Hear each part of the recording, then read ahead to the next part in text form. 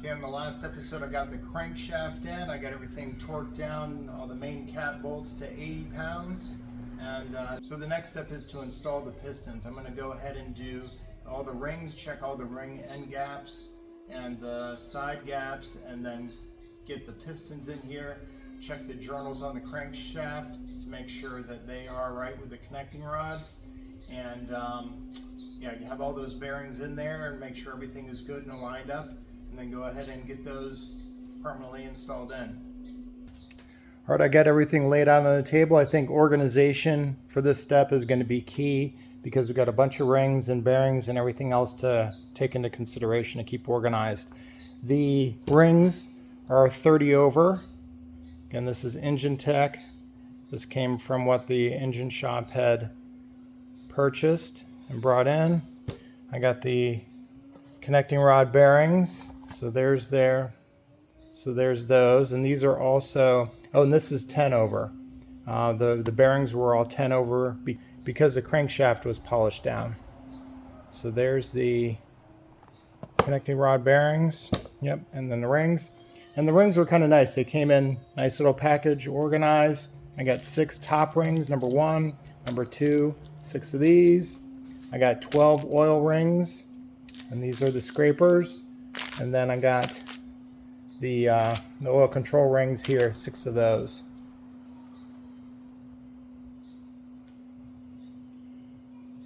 And again, you really can't mess up anything. The pistons are all marked which direction they go. The bearings can go either top or bottom. They're the same, so there's 12 that are the same there. The second rings here, they say top on them. Let's see if I can get a good, I don't know if I can get that in focus or not, but you can see the little top right there. Top. And this is a little different. There's a little bit, you can't see there's a little bevel in it on the bottom part. And so those are the second rings. The third rings there, obviously very thin. And then the first ring does not have a bevel. It's also marked at the top. I've actually already started putting the top rings in. So I got these in there. See, I was just measuring the end gaps, so you can see where it says top there. So I just went ahead and put those in, and I'm going to keep those aligned with whatever cylinder I test them in. I'm going to go ahead and keep them organized like that. I got my gauge here. So the book says between 10 and 20 thousandths should be the end gap for all these. And it's usually the rule of thumb is somewhere in the 4.5, something like that per bore inch. Mine are, they're supposed to be 3.75, I believe. Mine are 30 over, so mine are technically 3.78. But I went ahead and I have 15 in there. Again, it's supposed to be between 10 and 20. And the 15 goes in there just fine, kind of slides right in there. If I can ever get this thing. So it slides in, so just go along and testing each of those. They're all good. Make sure it's not too big. I also have the 18 set out here.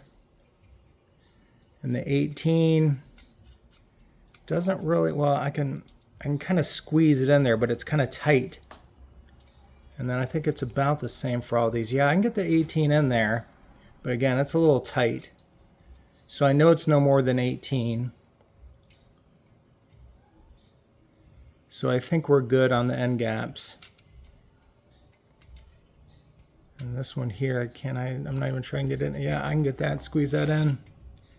And then, yeah, it's kind of tight, but I get 18 in there. So I should be good. It's between 10 and 20. It's a little on the higher side, but that still should be good to go.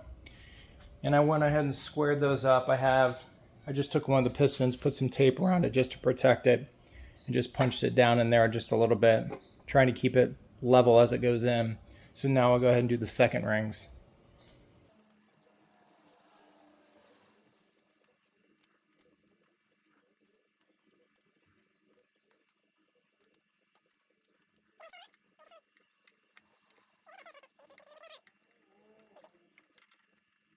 Okay, I'm going to try 15 in there.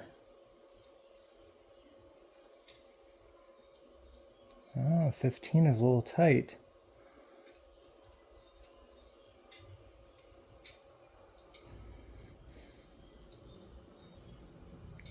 Yeah, 15 will go in there, but it's tight.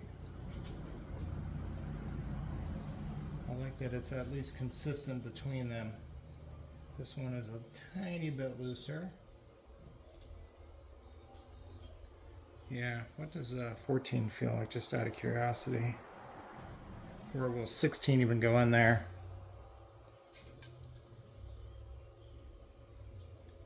Yeah, 16 doesn't want to go in there. Yeah, I mean, I can again squeeze it in there, but it's not, it's a little force fit. So I know the second rings are all good.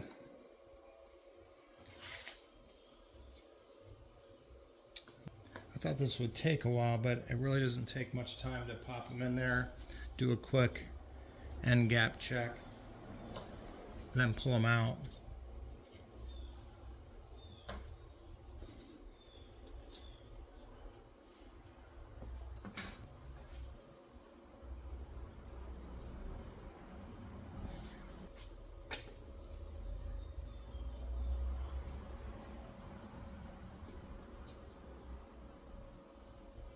Alright, I got a third ring in there, or one of the third rings in there. Let's try 15. Oh yeah, 15 is loose. Let's try 20.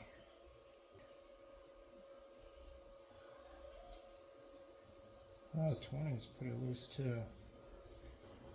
So in the oil control rings it says 10 to 25.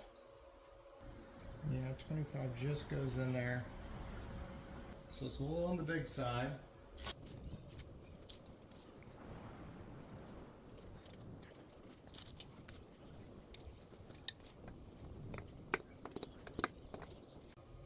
Yeah, it's right at 25. We'll barely get this in there. That one's probably a little bigger than 25. That one's right at 25.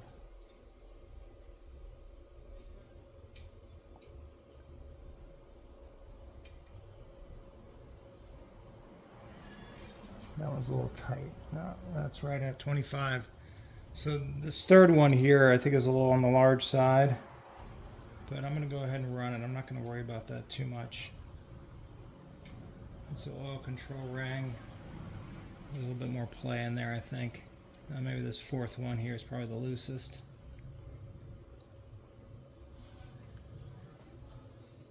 Well, I'm going to go ahead and run it.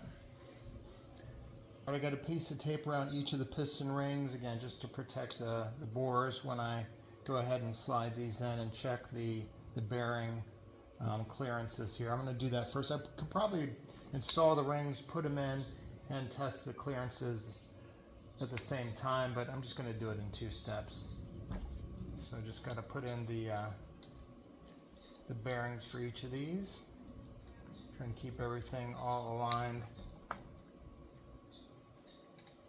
with all the nuts and everything.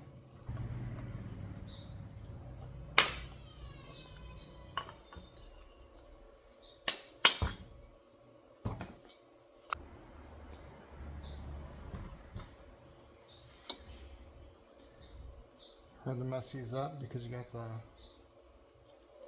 the tang is there to keep you straight.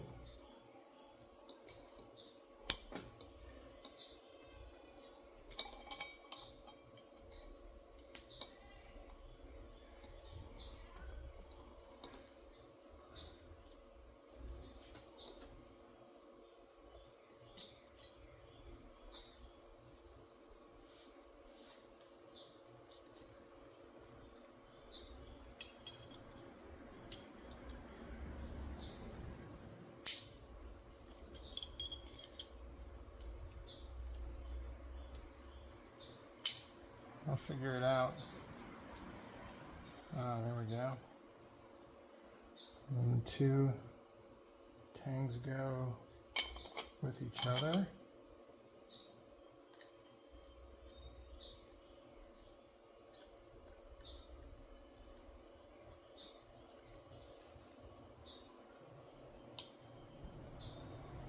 I think I can make this a lot easier. I've seen people just cut the plastigauge by itself, but I think with the paper it's a little easier. And actually just the width of each of those things. So I'm just going to keep going down the line and just cut them off for now.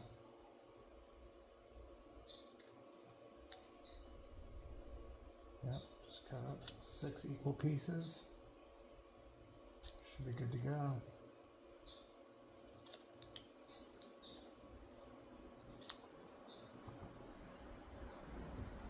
1, 2, 3, 4, 5, 6. I want to double check I got all these right. The arrow's pointing down. The tangs are on the right hand side and they're matched up. Went through it kind of quickly. Tangs on the right, arrow pointing down. Dots on the right, dots on the right, tangs on the right, arrow pointing down. Just make sure I want to check now rather than worry about it later. On the right, right, down. And yeah, right. See the little tangs on the side there, lined up. Arrow pointing down. All right, I think those are all set. All right, I think I'm going to do 1 and 6 first because I think the way I have the crankshaft oriented, having those further up will make it a little easier to maneuver around. So we'll do number 1 first. Make sure the piston is pointing towards.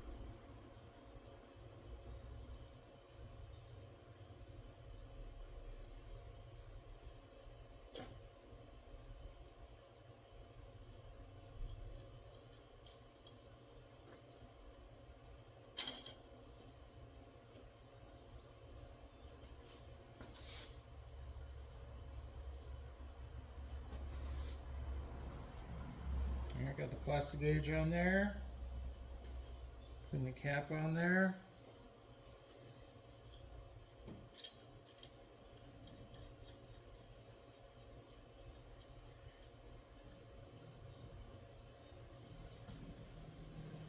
I got to double check the torque on these.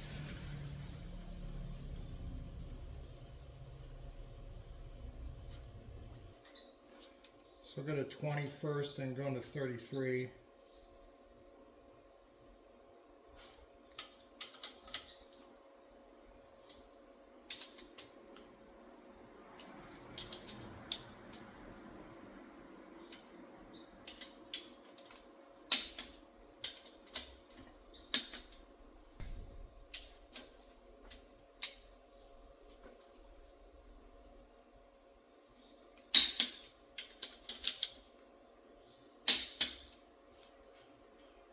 Okay.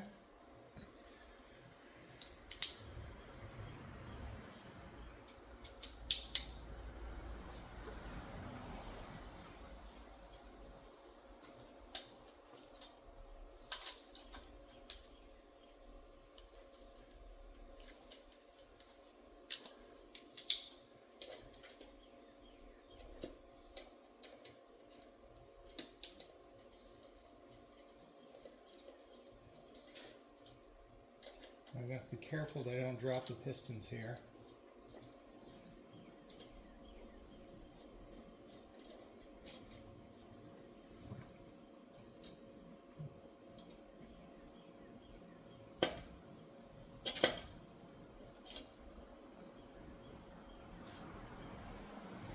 Alright, we've got a nice little mark there. So it is right at about 15, maybe a little, maybe a hair less than 15. So I don't know, maybe you can't see it from that distance, but it is pretty close spot on with the 15. And the range is supposed to be 1 to 3. So that is perfect. We're going to call that good.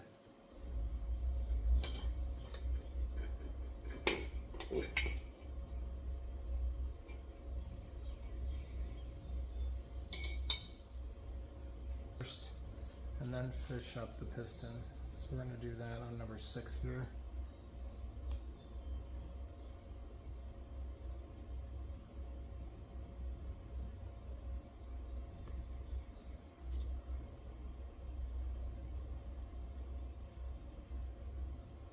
I'll go ahead and get a close-up on this.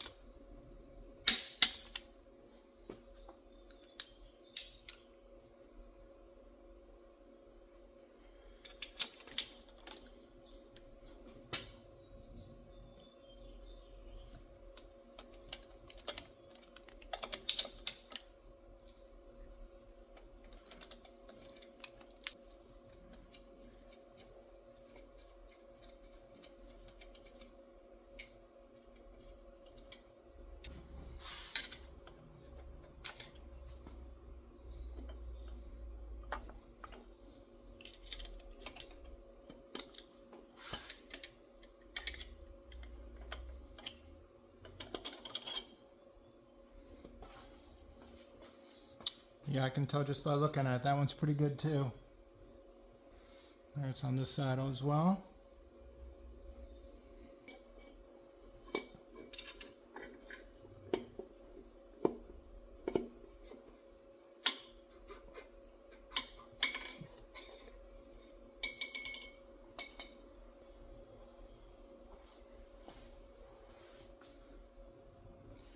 Yeah, that's right in there. That's right at 15. It's supposed to be between 10 and 25, or I should say 1 and 2.5. But yeah, it's right there at 1.5.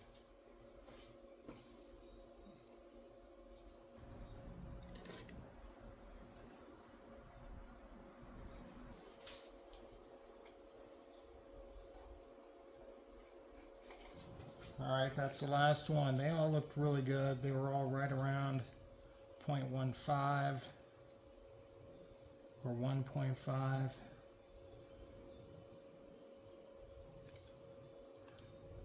Okay, make sure you get the right side. That's millimeters there. You have that little white one right there, that white width. Smack dab on all of these. Excellent. So they're all good. I'm going to wipe these down.